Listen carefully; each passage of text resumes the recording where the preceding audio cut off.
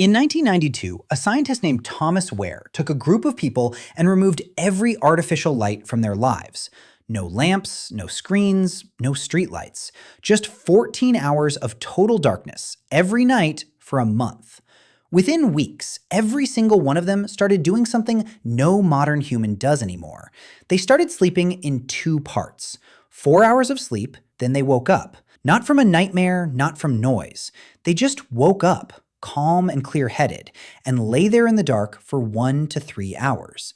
Then they fell back asleep for another 4 hours until morning. Nobody told them to do this. Nobody suggested it. Their bodies simply remembered. Because for 300,000 years, this is how every human on Earth slept. Historians found references to it everywhere once they knew what to look for. Medical texts from the 1500s, court records from the 1400s, even Homer's Odyssey. They all mentioned first sleep and second sleep, and for centuries, translators assumed it was a mistake. Nobody could imagine humans sleeping any other way than we do now. But the strangest part isn't the two phases of sleep. It's what happened during the gap between them. Wehr measured the hormones of his subjects during that quiet waking window and found something remarkable.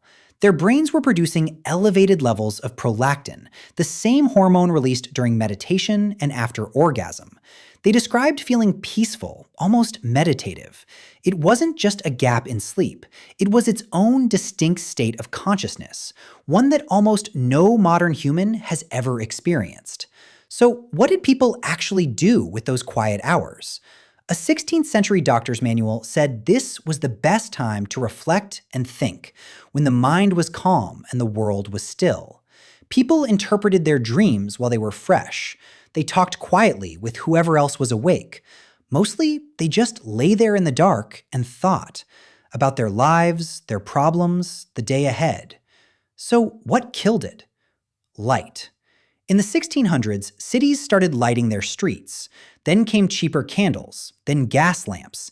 Then in 1879, the light bulb.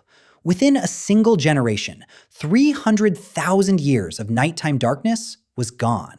And here's what almost nobody knows. The word curfew comes from the French couvre-feu, which literally means cover the fire.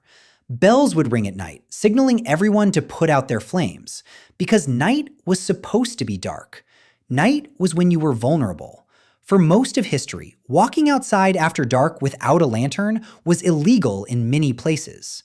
We didn't just add light, we erased an entire phase of human consciousness, and we didn't even notice it was gone. Today, the average person is exposed to artificial light for 7 to 8 hours after sunset. That light delays melatonin, fragments sleep, and disrupts a rhythm that took millions of years to build. But here's the part that should change how you think about your own nights.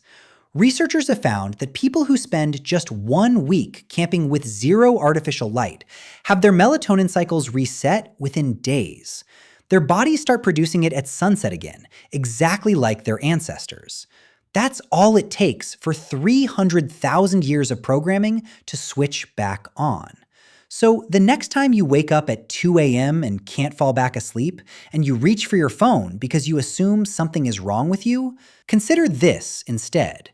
Maybe nothing is wrong with you.